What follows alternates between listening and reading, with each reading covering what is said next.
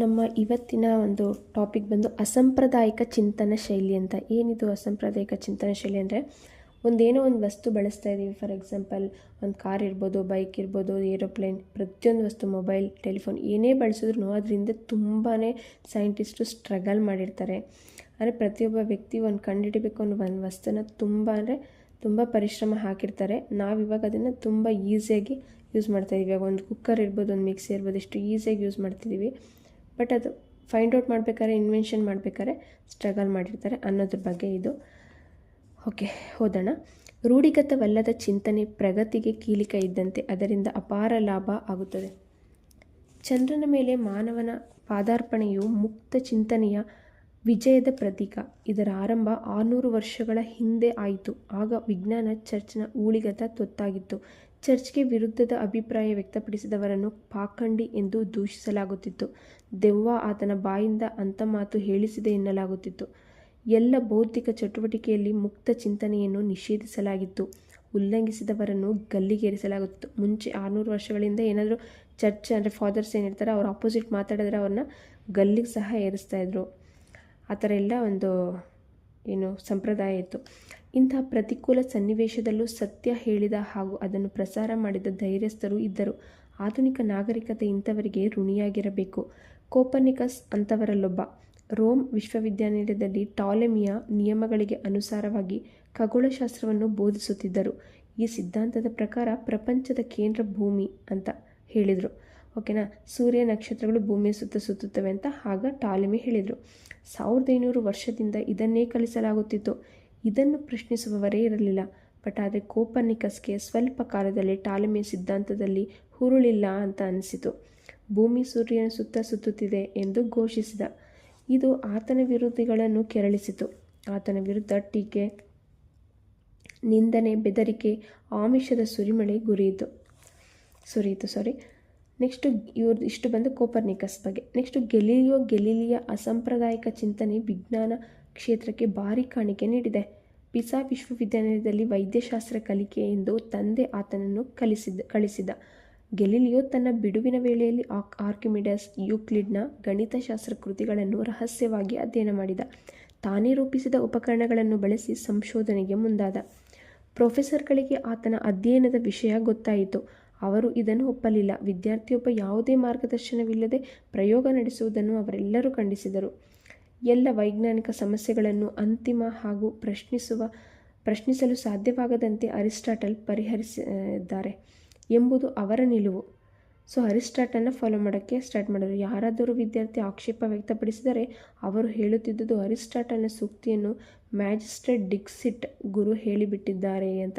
ಅಂದರೆ ಅಲ್ಲಿ ಅವಾಗ ಏನೂ ಒಂದು ಓಪನ್ ಅಪ್ ಆಗಿ ಮಾತಾಡೋಕ್ಕೂ ಸಹ ಅವಕಾಶ ಕೊಡ್ತಿರಲಿಲ್ಲ ಸ್ಟೂಡೆಂಟ್ಸ್ಗಳಿಗೆ. ಮುಂಚೆ ಎಲ್ಲ ಬರೀ ಗುರುಗಳು ಏನು ಹೇಳ್ತಾರೆ ಅದನ್ನು ಕೇಳಬೇಕಿತ್ತು. ಈಗ ಪ್ರತಿಯೊಬ್ಬರು ಅವಕಾಶ ಮಾಡಿಕೊಡ್ತಾರೆ ಸ್ಟೂಡೆಂಟ್ಸ್ ಪ್ರಶ್ನೆ ಕೇಳಿ ಅಂತೆಲ್ಲ. ಈಗಿನ ಎಜುಕೇಷನ್ ಬೇರೆ ಥರ ಇದೆ ಬಿಡಿ. ಅರಿಸ್ಟಾಟಲ್ನಿಂದ ವಿಶ್ವವಿದ್ಯಾನಿಲಯದ ಘನತೆಗೆ ಧಕ್ಕೆಯಾಗುತ್ತಿದೆ ಎಂದು ಭಾವಿಸಿದ ಪ್ರೊಫೆಸರ್ಗಳು ಆತನ ತಂದೆಗೆ ದೂರುತ್ತಿದ್ದರು. ಆಕ್ಷೇಪಾರ್ಹ ಚಟುವಟಿಕೆಗಳನ್ನು ನಿಲ್ಲಿಸು ಎಂದು ತಂದೆ ಗೆಲಿಲಿಯೋಗೆ ಹೇಳಿದ. ತಂದೆಯ ಎಚ್ಚರಿಕೆಯನ್ನು ಗೆಲಿಲಿಯೋ ನಿರ್ಲಕ್ಷಿಸಿದ. ವಿಶ್ವವಿದ್ಯಾನಿಲಯ ಆತನಿಗೆ ಡಿಪ್ಲೊಮಾ ಪದವಿ ನೀಡಲು ನಿರಾಕರಿಸಿತು. ಆತ ಪಿಸಾ ವಿಶ್ವವಿದ್ಯಾನಿಲಯವನ್ನು ತೊರೆದ. ಆಗ ಗಣಿತಶಾಸ್ತ್ರದ ಅಧ್ಯಯನ ಜನಪ್ರಿಯವಾಗಿರಲಿಲ್ಲ. ಹೀಗಾಗಿ ಗೆಲಿಲಿಯೋಗೆ ಶಿಷ್ಯರೇ ಸಿಗುತ್ತಿರಲಿಲ್ಲ. ಅಪಾರ ಕಷ್ಟ ನಷ್ಟದ ನಡುವೆಯೂ ಆತ ಗಣಿತಶಾಸ್ತ್ರದ ಅಧ್ಯಯನವನ್ನು ನಿಲ್ಲಿಸಲಿಲ್ಲ. ಒಂದೇ ಎತ್ತರದಿಂದ ಕೆಳಗೆ ಬಿಟ್ಟ 2 ಬೇರೆ ಬೇರೆ ತೂಕದ ವಸ್ತುಗಳು ಒಮ್ಮೆಲೆ ಭೂಮಿಯನ್ನು ತಲುಪುತ್ತವೆ ಎಂದು ಪ್ರಕಟಿಸಿದ. ಆತನ ವಿರೋಧಿಗಳು ಗೇಲಿ ಮಾಡಿದರು. ಪಿರಂಗಿಯ ಗುಂಡು ಹಾಗೂ ಹಕ್ಕಿಯ ಪುಕ್ಕ ಎತ್ತರದಿಂದ ಬಿಟ್ಟ ಬಳಿಕ ಒಮ್ಮೆಲೆ ಭೂಮಿಯನ್ನು ತಲುಪುತ್ತದೆ ಎಂಬುದನ್ನು ಶತಮೂರ್ಖನೂ ಒಪ್ಪುವುದಿಲ್ಲ ಎಂದರು. ಅಂದರೆ ಇದಕ್ಕೊಂದು ವಿಡಿಯೋ ನೋಡಿದ್ದೀನಿ ನಾನು, ಅದನ್ನು ಡಿಸ್ಕ್ರಿಪ್ಷನ್ಗೆ ಹಾಕ್ತೀನಿ ನೋಡಿ. ಅಂದರೆ ಒಂದು ತೂಕ ಇಲ್ಲದ ವಸ್ತುಗಳು, ಅಂದರೆ ಏನೇ ವಸ್ತುಗಳು ಮೇಲೆಯಿಂದ ಬೀಳಬೇಕಾದ್ರೆ ಅದು ಗಾಳಿಯ ಒಂದು ಹೊಡೆತಕ್ಕೆ ಗುರಿಯಾಗ್ತವೆ. ಸೊ ಗಾಳಿಯಿಂದ ಸಹ ಪುಕ್ಕ, ಒಂದು ಕೋಳಿ ಪುಕ್ಕ ಆಗಿರ್ಬೋದು, ಒಂದು ಭಾರದ ಕಲ್ಲು ಬೀಸಿದಾಗ ಒಂದೇ ಟೈಮ್ ಕೆಳಗಡೆ ಬೀಳ್ತವೆ. ಬಿಕಾಸ್ ಅಲ್ಲಿ ಆಕ್ಸಿಜನ್ ತೆಗೆದುಬಿಟ್ಟಿರ್ತಾರೆ. ಸೊ ಇದು ರಿಲೇಟೆಡ್ ವಿಡಿಯೋ ಇದೆ, ನಾನು ಹಾಕ್ತೀನಿ ಡಿಸ್ಕ್ರಿಪ್ಷನಲ್ಲಿ ಚೆಕ್ ಮಾಡಿ. ನಿರ್ಧರಿತ ದಿನದಂದು ಹೀಯಾಳಿಸುತ್ತಿದ್ದ ಜನರ ಮಧ್ಯದಿಂದ ನಡೆದು ಪಿಸಾ ಗೋಪುರ ಹತ್ತಿದ ಗೆಲಿಲಿಯೋ 1 ಮತ್ತು 10 ಪೌಂಡ್ ತೂಕದ ಕಲ್ಲುಗಳನ್ನು ಒಮ್ಮೆಲೆ ಬಿಟ್ಟ. ಎರಡೂ ಒಮ್ಮೆಲೆ ಭೂಮಿಯನ್ನು ತಲುಪಿದವು. ಹಂಗಿಸಿದ್ದವರು ತಲೆ ತಗ್ಗಿಸಿಕೊಂಡು ಜಾಗ ಖಾಲಿ ಮಾಡಿದರು. 10ನೇ ಶತಮಾನದ ಆರಂಭದಲ್ಲಿ ಯುರೋಪ್ನ ಜನ ಪುರೋಹಿತ ಶಾಹಿಯ ಬಗ್ಗೆ ರೊಚ್ಚಿಗೆದ್ದಿದ್ದರು. ಹಣದ ಮದ, ಅಧಿಕಾರದ ಅಮಲಿನಿಂದ ಪುರೋಹಿತರು ಮೆರೆಯುತ್ತಿದ್ದರು. ಆಗಿನ ನಿಯಮದ ಪ್ರಕಾರ ಪಾಪ ಮಾಡಿ ಅದನ್ನು ಒಪ್ಪಿಕೊಂಡವರನ್ನು ಪಶ್ಚಾತ್ತಾಪ ಕ್ರಿಯೆಯ ಬಳಿಕ ಮನ್ನಿಸಲಾಗುತ್ತಿತ್ತು. ಅತ್ಯಂತ ಜನಪ್ರಿಯವಾದ ಪಶ್ಚಾತ್ತಾಪ ಕ್ರಿಯೆ ಎಂದರೆ ಚರ್ಚ್ನ ವೆಚ್ಚಕ್ಕೆ ದೇಣಿಗೆ ನೀಡುವುದು. ದುರಾಸೆಯ ಧರ್ಮಾಧಿಕಾರಿಗಳಿಂದಾಗಿ ಇದೊಂದು ದೊಡ್ಡ ದಂಧೆಯಾಗಿ ಪರಿಣಮಿಸಿತು. ಮಾರ್ಟಿನ್ ಲೂಥರ್ ಇದನ್ನು ಪ್ರತಿಭಟಿಸಿದ.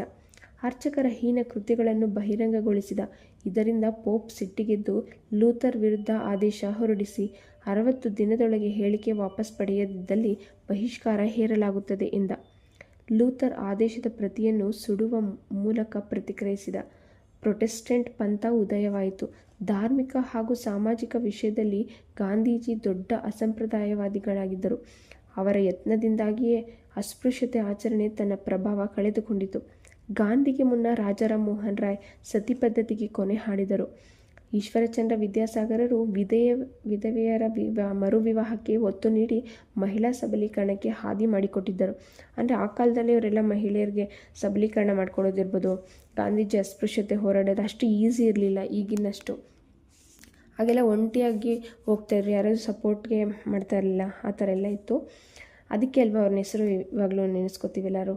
ಇವರನ್ನು ಯಾರೂ ಹೊಗಳಲಿಲ್ಲ. ಆಗ ಸಮಾಜ ಸಂಪ್ರದಾಯವಾದಿಗಳ ಹಿಡಿತದಲ್ಲಿತ್ತು.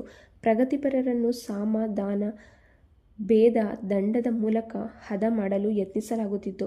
ಜೀವಕ್ಕೆ ಕುತ್ತು ಬರುವುದನ್ನು ಲೆಕ್ಕಿಸದೆ ಮುನ್ನಡೆದ ಇಂಥವರ ಪ್ರಯತ್ನದಿಂದಾಗಿ ಸಮಾಜ ಸ್ವಲ್ಪ ಮಟ್ಟಿಗೆ ಉದಾರಗೊಂಡಿತು.